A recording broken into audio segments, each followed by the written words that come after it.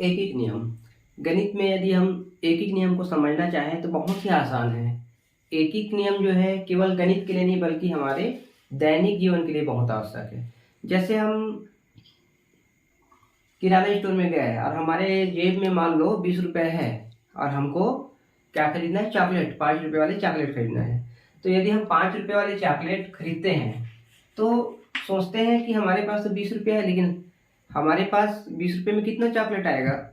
तो ऐसा जब सोचते हैं तो हम स्वतः ही एक एक नियम स्वयं से बना लेते हैं कि हम सोचते हैं कि यदि 5 रुपये का एक चॉकलेट है और यदि मैं 4 चॉकलेट लूं तो कितने रुपए का हो जाएगा, ये 20 रुपए का।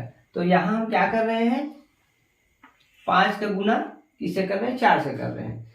यदि कभी कभी ऐसा होगा कि हम चले गए क्या, चीनी लेने, शक्कर लेने।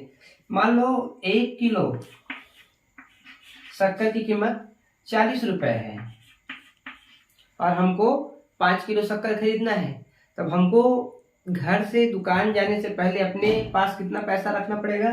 तो क्या करेंगे, 1 किलो शक्कर की कीमत क्या है, 40 रुपए, और हमको मान लो 5 किलो शक्कर खरीदना है। तब क्या करेंगे, तब हम क्या करेंगे, ये 40 रुपए में क्या करेंगे, 5 का गुना करेंगे क्योंकि 5 किलो खरीदना है। तब कितना हो जाएगा, ये 5 चौक 20, 200 रुपये। तो हम घर से यदि 200 रुपये लेके चले तब जाके हम 5 किलो शक्कर लेके आते हैं। मतलब दैनिक जीवन में जो हम बार बार उपयोग कर रहे हैं, बार बार जिस चीज को हम, है ना, जाते हैं और खरीदते हैं कि इतने पैसे में इतना आ जाएगा या इतना रुपए है, तो 5 रुपए का एक है तो 10 खरीदना है चॉकलेट, तो कितने में आएगा। तो 5 रुपए के चॉकलेट यदि 10 चॉकलेट है तो 5 रुपए की चॉकलेट है और हम कितने चॉकलेट खरीद रहे हैं, 10 चॉकलेट खरीद रहे हैं। तो ये कितने में आएगा, 50 रुपए में आएगा। इस प्रकार हम जो दैनिक जीवन में बार बार उपयोग कर रहे हैं, यही चीज क्या है, एक एक नियम है। एक एक नियम कोई ज्यादा कठिन या ऐसा सवाल नहीं है जिसको हम नहीं जानते। तो हम मान के चलते हैं कि हम प्रतिदिन जो चीजें कर रहे हैं वही एक एक नियम है। लेकिन एक एक नियम में एक चीज ध्यान देना यह है कि यदि हम नहीं जानते एक एक नियम तो हमको जानना जरूरी है। तब जाके क्या होगा कि हम सवाल को सही तरीका से बना सकेंगे। ठीक है, चलिए एक एक नियम में एक साधारण सा एक सवाल लेते हैं जिसमें है क्या है, यदि 1 किलोग्राम अंगूर 35 रुपए में आता है तो 7 किलोग्राम अंगूर कितने रुपए में मिलेंगे। जब भी हम एक एक नियम का सवाल बनाएंगे तो उसमें 2 बातें हमको ध्यान देना है, एक ज्ञात है और एक ज्ञात नहीं है। तो यहाँ देखते हैं ज्ञात क्या है। तो यहाँ ज्ञात क्या है कि 35 रुपए में कितना किलो अंगूर आ रहा है, 1 किलो अंगूर आ रहा है। ठीक है, तो यहाँ हम लिखते हैं सबसे पहले क्या, कि दिया गया है या ज्ञात है। ठीक है, यहाँ हम कर रहे हैं क्या, इसको हल। तो दिया गया है, क्या दिया गया है,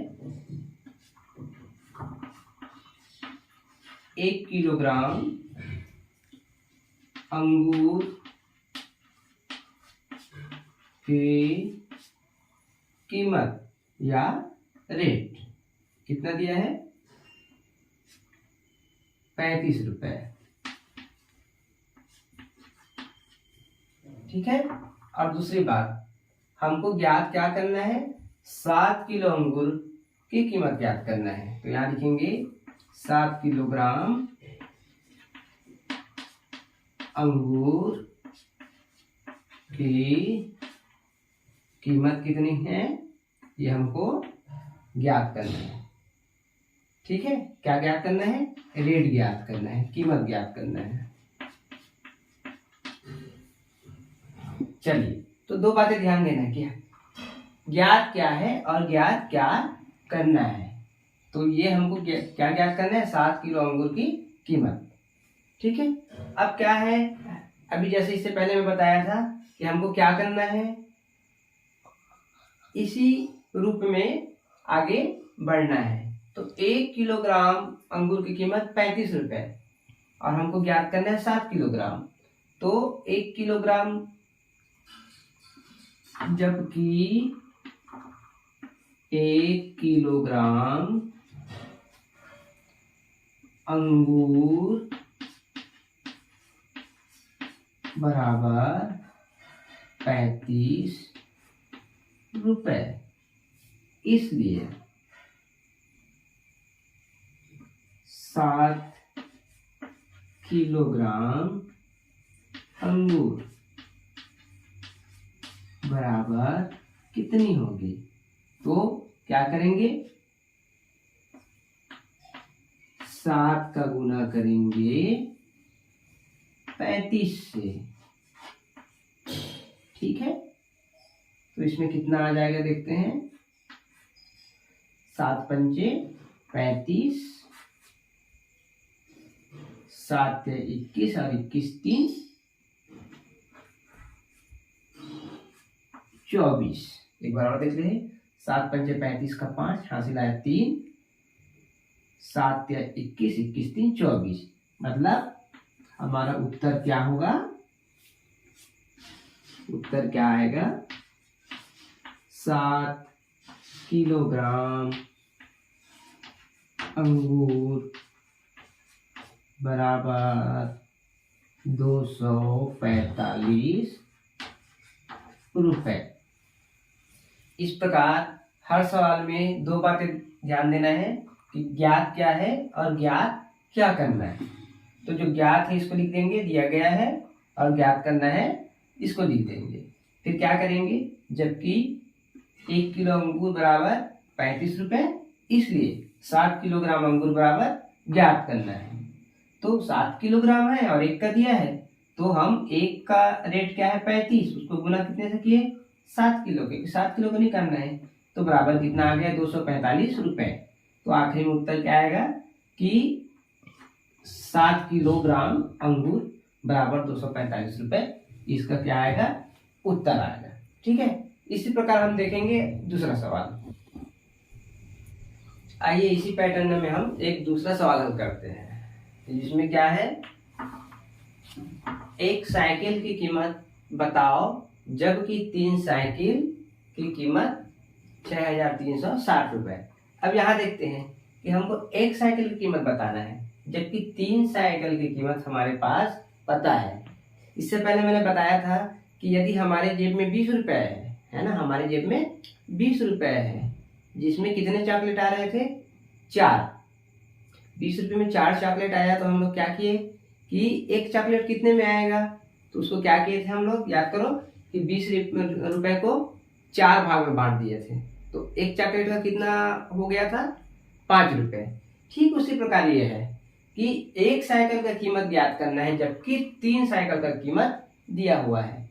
तो एक एक नियम के सवाल में एक खास बात आपको ध्यान क्या देना है कि क्या चीज दिया गया है और क्या चीज ज्ञात करना है।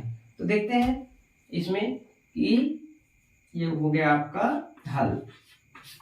यहाँ लिख देते हैं दिया गया है। किसमें दिया गया है, सवाल में दिया गया है, दिया गया है। अब देखते हैं क्या दिया गया है। एक साइकिल की कीमत बताओ, मतलब ये तो हमारा प्रश्न है। अब देखते हैं 3 साइकिल की कीमत 6,360 रुपए, मतलब 3 साइकिल की कीमत दिया गया है। 3 साइकिल की कीमत दिया गया है, कितना दिया गया है 6,360 रुपए, 6,360 रुपए। दूसरी बात, एक साइकिल कीमत बताओ, मतलब एक साइकिल की कीमत हमको क्या है ज्ञात करना है, जानना है। तो एक साइकिल की कीमत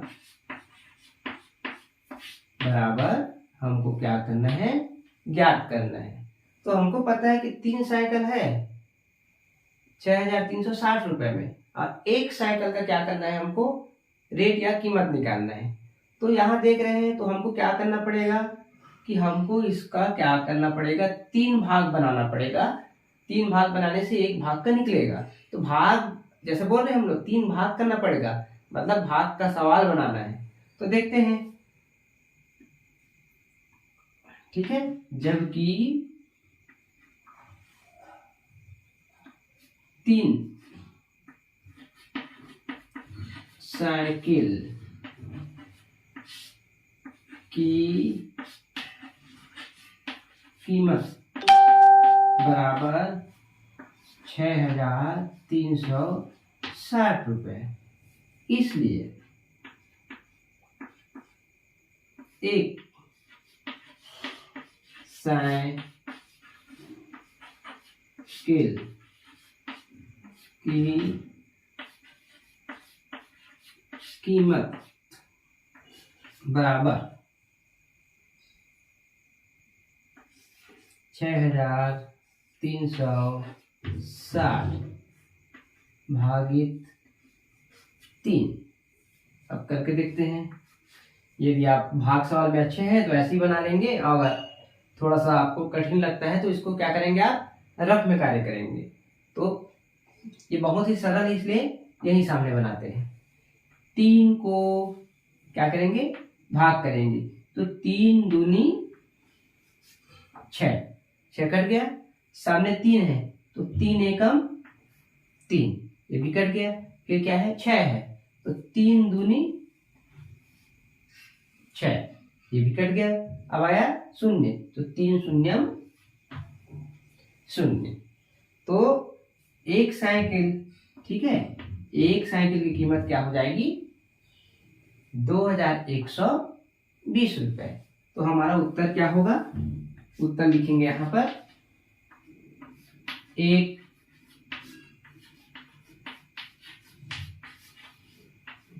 साइकिल की कीमत 2,120 रुपए है।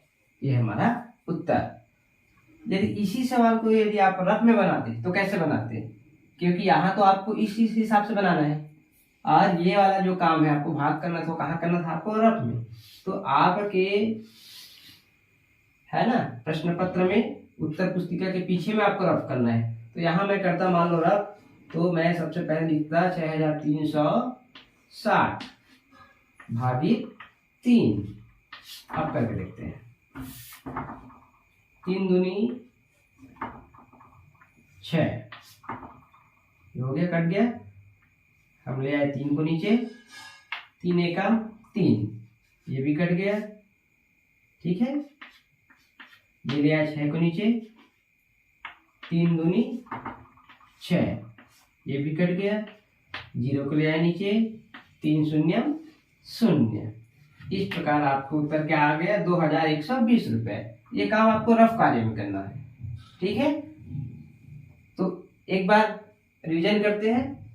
एक साइकिल की कीमत बताओ जबकि 3 साइकिल की कीमत 6,360 रुपए है। हमको सवाल में केवल 2 चीज याद रखना है, दिया गया है, क्या दिया गया है और क्या पूछा गया है।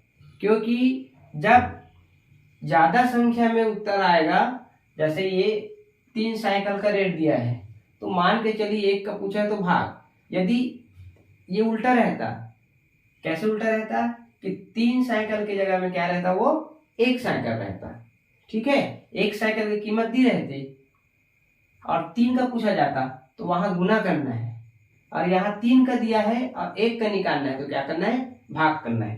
तो देखते हैं, दिया गया है 3 साइकिल की कीमत, प्रश्न में दिया है 3 साइकिल की कीमत 6,360 रुपए, और 1 साइकिल की कीमत क्या करना है, हमको ज्ञात करना है। अब चूंकि 3 साइकिल की कीमत दिया गया है, 1 का हमको क्या करना है, निकालना है, तो हम क्या करेंगे, भाग करेंगे। तो देखते हैं प्रश्न में कैसे बनाना है, किस पैटर्न में। जबकि 3 साइकिल की कीमत 6,360 रुपए है, इसलिए 1 साइकिल की कीमत बराबर होगा 6,360 60 रुपए भागी 3। जब हम भाग करते हैं तो 3 दूनी 6, 3 एकम 3, 3 दूनी 6 और 3 शून्यम 0, 2120 रुपए। इसलिए उत्तर आएगा एक साइकिल की कीमत 2120 रुपए है। ठीक है, आखिरी में रफ कार्य को आप प्राप्त कर देंगे।